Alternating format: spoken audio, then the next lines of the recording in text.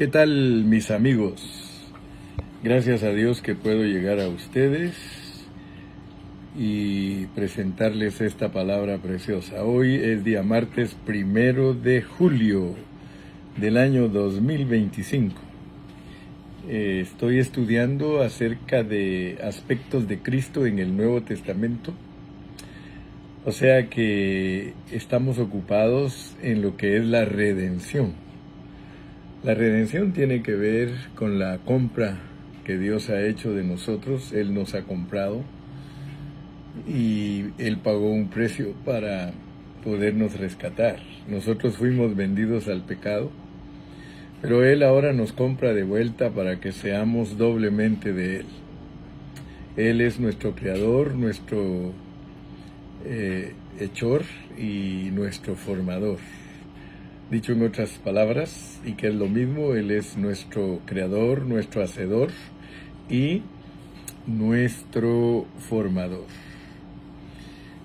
Hoy vamos a estar estudiando acerca del segundo aspecto de Cristo en lo que respecta a la redención.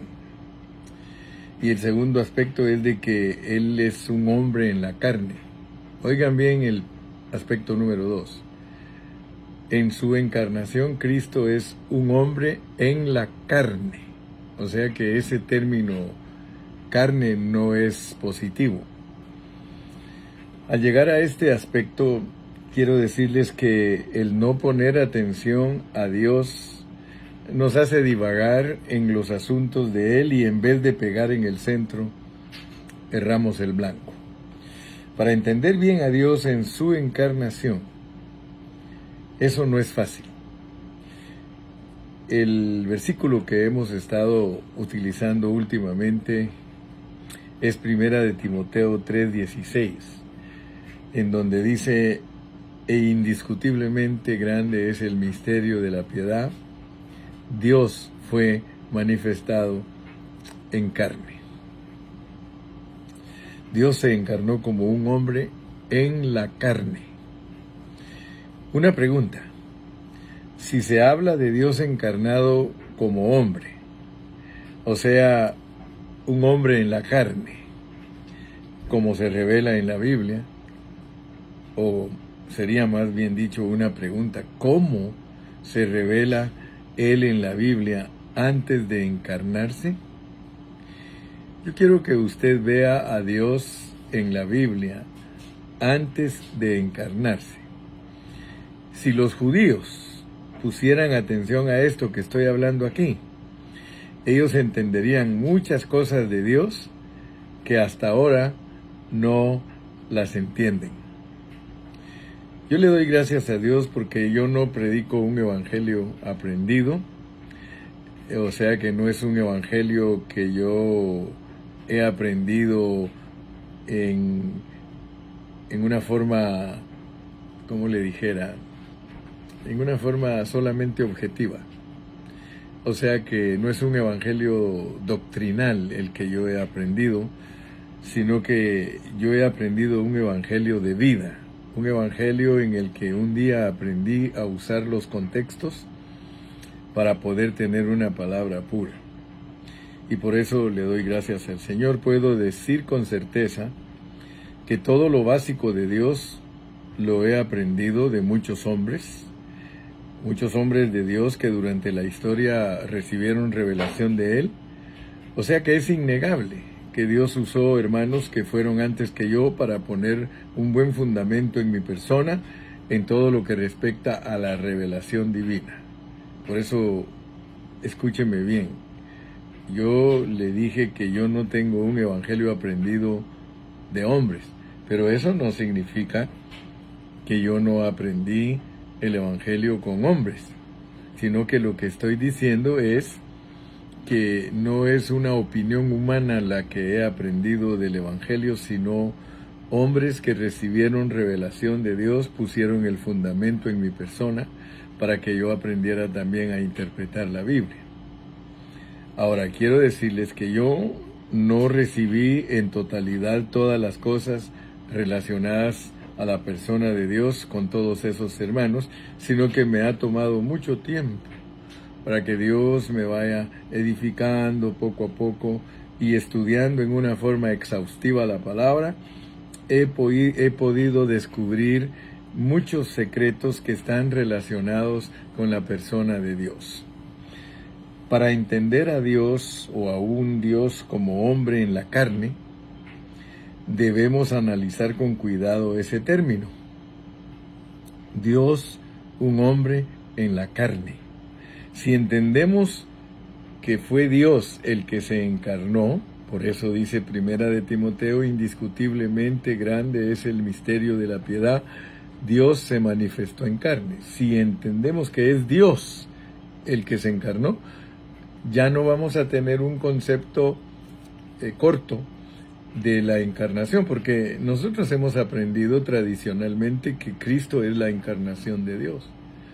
Pero si lo tenemos limitado ese concepto, entonces vamos a creer que solo la persona de Cristo es la encarnación de Dios, pero no.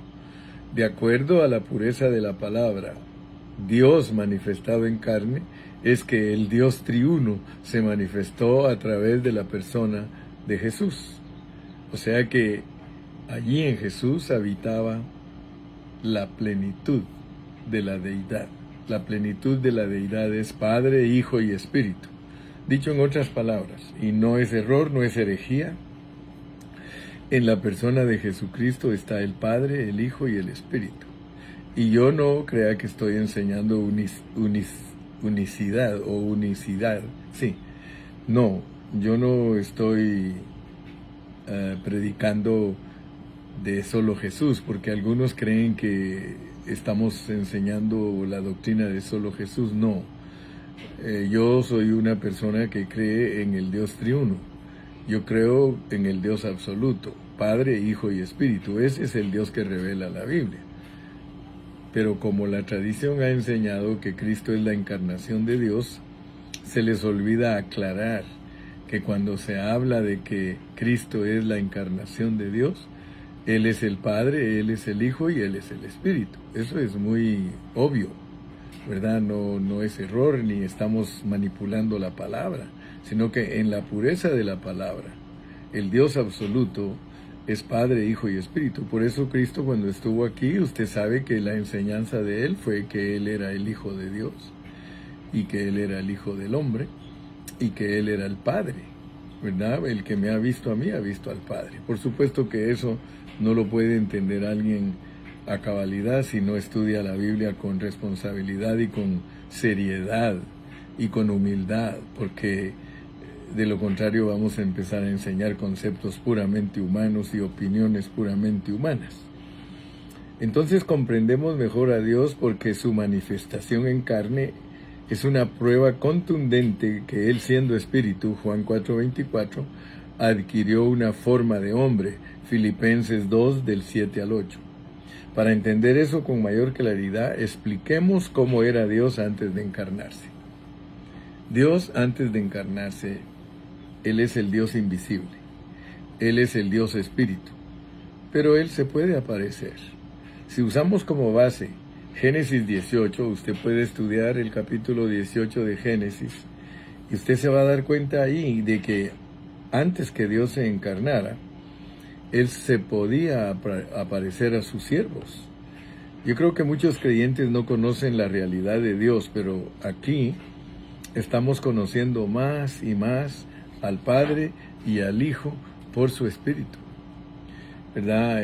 Juan 17:3, ya saben ustedes que dice, y esta es la vida eterna, que te conozcan a ti, el único Dios verdadero, y a Jesucristo, a quien has enviado. Antes de hablar de la manifestación de Dios en la carne, yo quiero que entendamos su estado en el Antiguo Testamento. En el Antiguo Testamento Dios es Espíritu, pero Él se apareció a Abraham. Allí en Génesis 18, como podemos explicar, Jehová, el Dios de los judíos, Yahweh, el gran yo soy, se apareció a un hombre llamado Abraham. ¿En qué forma se le apareció Jehová a Abraham? Nosotros podemos ver que en forma de 3 varones. Si usted lee conmigo, por favor, vamos a Génesis 18, Génesis capítulo 18 y versículo número 3. Mire cómo dice. Vamos a leer desde el versículo 1, capítulo 18. Después le apareció Jehová. Oiga, después le apareció Jehová. Después le apareció Jehová a Abraham en el encinar de Mamre, que es la misma palabra Mamre, estando él sentado a la puerta de su tienda en el calor del día. Versículo 2, y alzó sus ojos y miró, y he aquí 3 varones que estaban junto a él, y cuando los vio, salió corriendo de la puerta de su tienda a recibirlos, y se postró en tierra. Y dijo, Señor, fíjese, venían 3, y a esos 3 él le dice, Señor. 3 es plural. Señor es singular. Él vio 3, dice aquí, mire. Lo vinieron a visitar 3 y él dijo, Señor. Y por eso es que los teólogos, muchos dicen que esta es una figura, que es una sombra de lo que es el Dios triuno. No vamos a hablar de eso, pero lo que yo quiero que usted vea es que Dios se aparecía como hombre en el Antiguo Testamento. Ay, si los judíos pudieran ver eso. Entonces no tendrían problema de entender la continuación del Antiguo Testamento, porque la continuación del Antiguo Testamento es el Nuevo Testamento. En su insensatez los judíos no quisieron aceptar que la continuación del hablar divino es el Nuevo Testamento. Ellos dieron por sentado que Dios solo habló en el Antiguo Testamento. Y como hubo un periodo de silencio de 400 años, ellos creyeron que ya Dios no les iba a hablar. Sin embargo, Dios todo el tiempo dejaba el concepto to be continued. Esto continúa, aún hay más. Él siempre se expresó de esa manera. Entonces en el versículo 2 nosotros vemos que alzó sus ojos y he aquí 3 varones, y en el versículo 3 dice Señor. Entonces, ahora yo quiero que ustedes me ayuden para que veamos otras cosas. ¿Por qué Abraham al ver a los 3 no les dijo señores, sino que les dijo Señor? Esos son detalles que usted tiene que tomarlos en cuenta para que no vaya a presentar opiniones, sino que la pureza de la palabra, usted pueda unir todas las piezas del rompecabezas y que pueda tener una palabra pura de una enseñanza veraz para todos los santos. Entonces, vemos aquí que hoy hay teólogos que dicen que esa es una sombra y tipo del Dios triuno, pero mi asunto aquí es que usted vea que Dios desde el Antiguo Testamento se apareció a sus siervos como hombre. Ese es mi punto importante aquí. Entonces esto significa que Dios, Elohim, Jehová, es Dios hombre eternamente. Sin encarnarse es Dios hombre, encarnado sigue siendo Dios hombre eternamente. Y resucitado sigue siendo Dios hombre eternamente. Él es el Hijo de Dios unigénito y Él es el Hijo de Dios, y Él es el Hijo del hombre primogénito. Dios es el mismo ayer y hoy y por los siglos. Él es ambas cosas, unigénito eterno y primogénito en resurrección eterno. Nuestro Dios solo puede ser conocido por nosotros por medio de la revelación divina. Amén. Entonces esto que voy a explicar ahorita, a continuación, quiero que usted sepa que no se puede entender por medio de sabiduría terrenal. Porque por un lado se nos dice que Cristo fue inmolado desde antes de la fundación del mundo o desde la fundación del mundo. Entonces ahí surge una pregunta. ¿Cuándo fue inmolado Cristo? ¿En la cruz o en la esfera espiritual? Bueno, si queremos entender bien este asunto, abramos o que Dios nos abra los ojos de nuestro entendimiento. en la esfera espiritual sucedieron todas las cosas que usted y yo ya hemos aprendido. En la esfera celestial, por cuanto todos pecaron, están destituidos de la gloria de Dios. Yo he tomado mucho tiempo para enseñarles a ustedes la preexistencia, y la preexistencia debemos de entenderla a la luz de la palabra. En la preexistencia nosotros no teníamos alma ni teníamos cuerpo. De la misma manera usted mira a Dios en el Antiguo Testamento como alguien que es espíritu, pero se puede aparecer como hombre.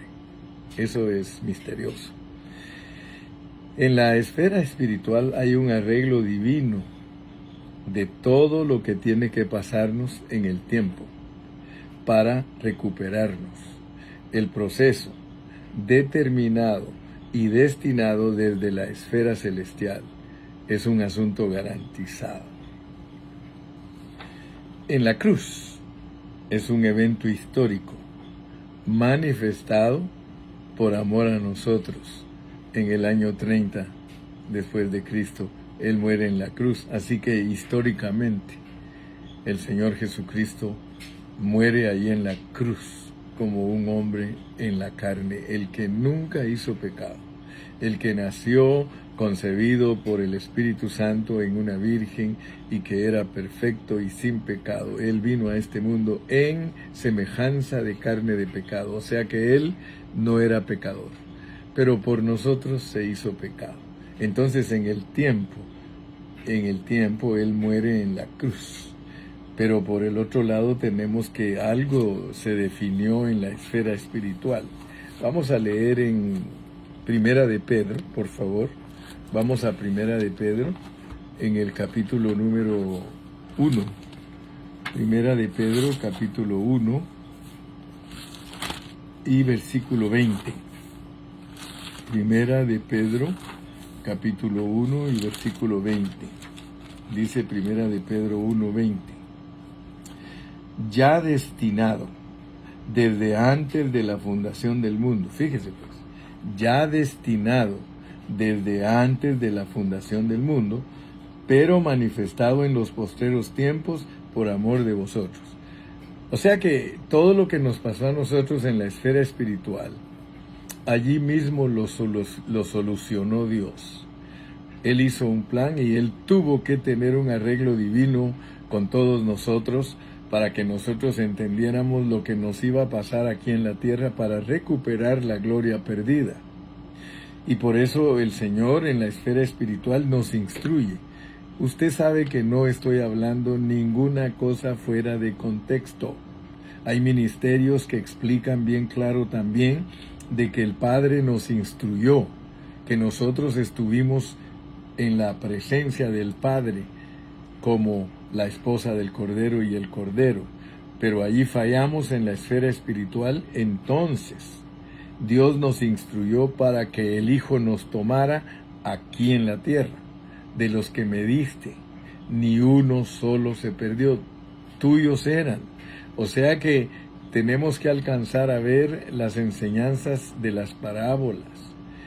El hijo pródigo sale de la presencia del Padre, de la casa, y él se va a una tierra lejana. Ese somos nosotros. Es una ilustración para entender que nosotros venimos aquí a la tierra a ser procesados. Entonces allá arriba en el cielo se hicieron todos los arreglos divinos. Por eso dice Efesios 1:3, bendito sea el Dios y Padre de nuestro Señor Jesucristo, que nos bendijo con toda bendición espiritual en los lugares celestiales en Cristo Jesús, habiéndonos escogido y predestinado, porque todo el arreglo se llevó a cabo en la esfera celestial. Nosotros ya solo tenemos que venir aquí y sujetarnos al programa. Nuestro programa es el Nuevo Testamento. Para eso es que en Apocalipsis nos muestran que hay que abrir los sellos y nos revelan todo lo que tiene que pasar en esta tierra para que salgamos de aquí triunfantes y vencedores y regresemos glorificados en victoria para ser en el milenio los correyes juntamente con Cristo y en la eternidad la nueva Jerusalén, cumpliendo con el propósito original de ser el gobierno de Dios en el universo. Muy bien, entonces no se les olvide pues que todos los arreglos divinos se llevaron a cabo en la esfera celestial. Y nosotros tenemos que aprender a explicar ese plan eterno, porque ese plan eterno se llama plan eterno porque fue planificado en la vida espiritual, en la eternidad. Y yo le doy gracias a Dios que ahora nosotros podemos ver cómo funciona este asunto, solo que no es fácil. Hay muchos detalles que nosotros tenemos que escudriñar para poder entender y explicar la pureza de la palabra. Porque en Efesios capítulo 1, versículos del 3 al 4, esa epístola nos abre el entendimiento acerca de todo lo planificado por Dios para recuperarnos de todo lo perdido. Es un arreglo divino hecho por Dios en su soberanía. Quiero que vayamos a dos pasajes más para que podamos tener una palabra clara en esta mañana. Yo quiero que vayamos primero a Primera de Corintios. Vamos a Primera de Corintios, porque yo quiero confesarle a usted que para poder yo entender estas cosas que le estoy compartiendo, yo he tenido que tener mucha comunión con Dios. Muchas veces no encuentro la salida, pero le he dicho, Señor, por favor ayúdame, porque yo no quiero especular. Yo no quiero venir a los hermanos y predicar un evangelio sin estar pegando en el centro. Mire cómo dice Primera de Corintios capítulo 2, versículos del 6 en adelante. Sin embargo, hablamos sabiduría entre los que han alcanzado madurez, y sabiduría no de este siglo, ni de los príncipes de este siglo que perecen. Primero yo quiero que usted sepa que para explicar bien el propósito eterno de Dios y cómo es que Él viene como un hombre en la carne, nosotros tenemos que escudriñar los escritos de Pablo. Y Pablo aquí nos dice que nosotros los cristianos hablamos sabiduría, pero una sabiduría que no la entiende cualquiera, porque es una sabiduría para los que han alcanzado madurez. Si usted me está escuchando y no es muy maduro, a usted le va a costar entender lo que yo estoy predicando. Pero si usted es una persona que está madurando, es una persona que está creciendo en el conocimiento de Jesucristo, usted va a decir, como dicen en inglés, piece of cake, o pedazo de pastel. En español es pan comido. Muy bien, entonces el versículo 7 dice, mas hablamos sabiduría de Dios en misterio. Nosotros hablamos sabiduría de Dios en misterio. La sabiduría oculta, la cual Dios predestinó. Se da cuenta que aún la sabiduría que tenemos viene desde la esfera celestial, viene desde la eternidad pasada. Dice que la predestinó antes de los siglos. O sea que yo te podría decir con toda certeza que cuando nosotros estábamos en la presencia de Dios antes de venir a la tierra, Él estaba platicando con nosotros. Y Él nos estaba diciendo, como dice aquel guatemalteco, dice, mira vos, mi hijo. Mira vos, mi hijo, dice que le decía a Dios, vas a ir a la tierra. Pero de una vez quiero que sepas que desde aquí vas predestinado, vas preordenado. O sea que vas a ir allá. Y allá yo te voy a revelar toda mi sabiduría, te voy a dar la mente de Cristo para que tú puedas discernir todas las cosas y eso va a ser tu gloria. Estoy parafraseando.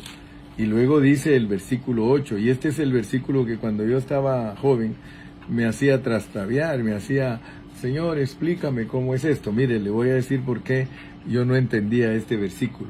Dice que la sabiduría oculta, la que ninguno de los príncipes de este siglo, o sea, los gobernadores de este siglo, la que ninguno de los príncipes de este siglo conoció.